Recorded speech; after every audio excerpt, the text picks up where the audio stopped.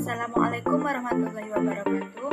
Sebelumnya perkenalkan, nama saya Adina Setia dari Prodi Siasat Syariah Hukum Tata Negara, jurusan Syariah dan Ekonomi Islam STEM Alis. Video ini dibuat bertujuan untuk menyelesaikan tugas akhir di mata perkuliahan Hukum Konstitusi yang diampu oleh Ibu dosen Astana Fikriana MH. Jadi langsung saja saya akan menjawab pertanyaan pertama, yaitu pengertian konstitusi menurut para ahli. Ada beberapa tokoh, yang pertama itu bernama K.C.W.R. Beliau mengemukakan bahwa konstitusi itu adalah keseluruhan sistem ketatanegaraan yang berupa kumpulan peraturan yang membentuk dan mengatur atau memerintah dalam pemerintahan di suatu negara. Kemudian tokoh yang kedua itu bernama Herman Heller. Beliau mengemukakan bahwa konstitusi itu lebih luas daripada undang-undang dasar, dan juga konstitusi itu tidak hanya bersifat yuridis, tetapi juga bersifat sosiologis dan politis. Beliau mengemukakan ada 3 pengertian dari konstitusi. Yang pertama yaitu konstitusi dilihat dalam arti sosiologis dan politis sebagai sebuah cermin kehidupan sosial politik yang nyata dalam masyarakat. Yang kedua, konstitusi itu dilihat dalam arti yuridis sebagai satu kesatuan keadaan hukum yang hidup dalam masyarakat.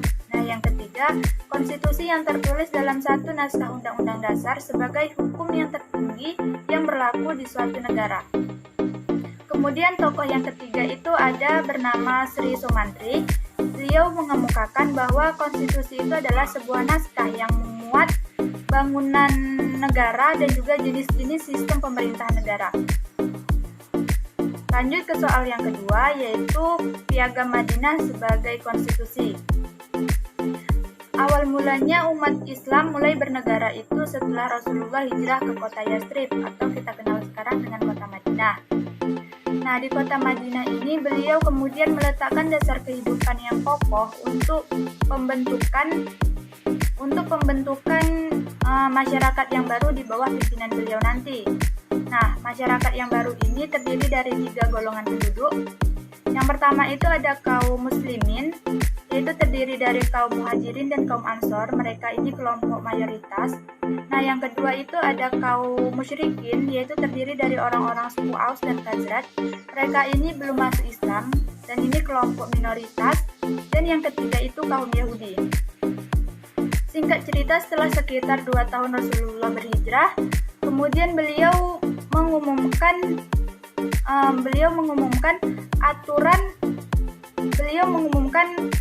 aturan dan hubungan antar komunitas di Madinah. Nah, pengumuman ini itu dinamakan sebagai Piagam Madinah, yaitu undang-undang yang merupakan undang-undang untuk pengaturan kehidupan sosial politik masyarakat Islam di Madinah dan juga hubungan mereka dengan umat lainnya.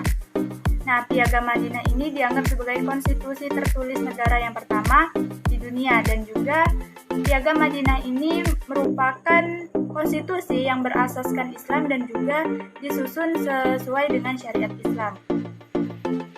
Kemudian yang ketiga itu ada klasifikasi konstitusi.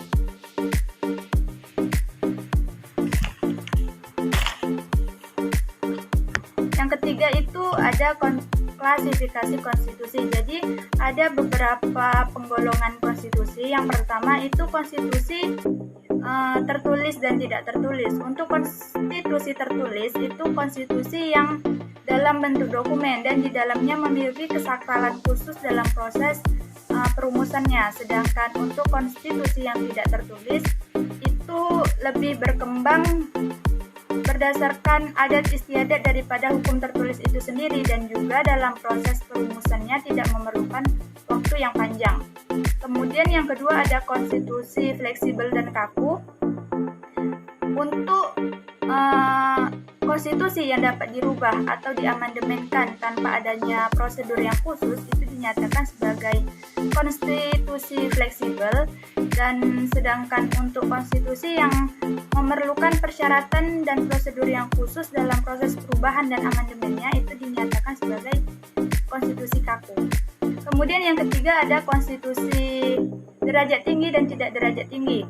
Untuk konstitusi yang derajat tinggi, itu konstitusi yang memiliki kedudukan tertinggi di suatu negara. Dan jika dilihat dari jenis bentuknya juga konstitusi ini itu berada di paling atas peraturan perundang-undangan yang lainnya, dan juga untuk syarat-syaratnya itu memiliki syarat-syarat yang berat dalam proses pengubahannya. Sedangkan untuk konstitusi yang tidak derajat tinggi itu sudah pasti dia tidak memiliki kedudukan tinggi seperti konstitusi derajat tinggi tadi. Dan juga syarat-syarat yang digunakan untuk perubahan konstitusi jenis ini sama dengan syarat yang digunakan untuk merubah peraturan lainnya seperti undang-undang. Kemudian yang keempat itu ada konstitusi serikat dan juga kesatuan. Nah, konstitusi ini berkaitan dengan bentuk negara. Jika suatu negara berbentuk negara serikat, maka akan ada pembagian kekuasaan di dalamnya antara pemerintah negara serikat dan juga pemerintah negara bagian. Sedangkan untuk negara yang berbentuk negara kesatuan, sudah pasti tidak ditemukan pembagian kekuasaan seperti negara serikat karena pada dasarnya kedudukan tertinggi pada dasarnya kekuasaan sepenuhnya berada di tangan pemerintah bagaimana yang telah diatur oleh konstitusi. Kemudian yang kelima itu ada konstitusi sistem pemerintahan parlementer dan juga sistem pemerintahan presidensial. Lanjut ke soal yang nomor 4, yaitu jelaskan bentuk-bentuk negara. Jadi ada beberapa macam bentuk negara. Yang pertama itu adalah negara kesatuan. Jadi negara kesatuan itu adalah negara dengan pemerintahan tertinggi itu berada di pemerintahan pusat sesuai dengan peraturan dan perundang-undangan yang berlaku. Dan juga pemerintah pusat ini mempunyai hak untuk melimpahkan kekuasaan kepada daerah tingkat yang lebih rendah seperti daerah tingkat provinsi. Dan negara kesatuan ini terbagi menjadi dua lagi, yaitu negara kesatuan sentralisasi dan juga desentralisasi. Kemudian bentuk negara yang kedua itu adalah negara federasi atau negara serikat. Yaitu negara ini itu adalah pengelompokan atau penggabungan dari negara-negara lain yang berdiri sendiri dan juga sudah memiliki kepala negara sendiri. Kemudian mereka bergabung dengan negara lain, jadi dinamakan negara serikat. Kemudian yang ketiga itu bentuk negara konfederasi. Jadi bentuk negara ini itu tidak digunakan secara permanen karena adanya perjanjian yang telah disepakati oleh negara yang berkonfederasi untuk mencapai tujuan bersama dalam mempertahankan kedaulatan. Kemudian yang keempat itu ada negara monarki. Bentuk negara monarki di mana pemerintahannya itu hanya dilakukan oleh satu orang saja dan biasanya itu disebut dengan raja, ratu, sultan, dan lain sebagainya. Dan untuk urusan hak memerintah negara itu juga hanya dilakukan oleh satu orang saja yang sudah ditunjuk, dan keputusannya ini tidak bisa diganggu-gugat oleh pihak lain. Kemudian bentuk negara yang kelima itu ada negara oligarki, di mana bentuk negara dengan pemerintah biasanya berasal dari kelompok yang dikenal sebagai kelompok feodal. Jadi selain memegang pemerintahan, kelompok ini juga memegang kekuasaan politik. Nah, yang terakhir bentuk negara demokrasi, yaitu negara yang kekuasaan pemerintahnya itu berada di tangan rakyat. Jadi dari rakyat, oleh rakyat, dan untuk rakyat. Dan dengan kata lain juga rakyat bebas melakukan pengendalian terhadap pemerintah sesuai dengan suara yang diinginkan oleh rakyat. Baik, lanjut ke soal yang terakhir, yang kelima, yaitu pendapat saya terkait dengan kondisi konstitusi di Indonesia saat ini.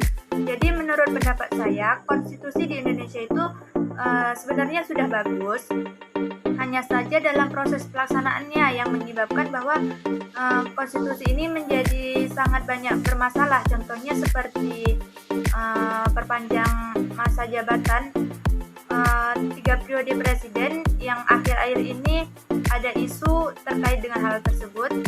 Itu kan sebenarnya konstitusinya sudah sangat bagus, hanya saja mereka yang berperan di atas yang ingin merubah konstitusi itu sehingga banyak sekali permasalahan yang terjadi disebabkan kehidupan mereka tidak sejalan dan tidak mengikuti aturan yang sudah tertera di konstitusi. Jadi kesimpulannya menurut saya ya konstitusi di Indonesia saat ini ya sudah bagus, hanya saja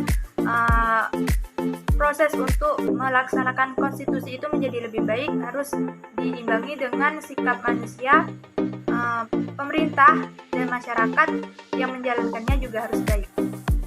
Sekian video untuk UAS ini saya akhiri. Assalamualaikum warahmatullahi wabarakatuh.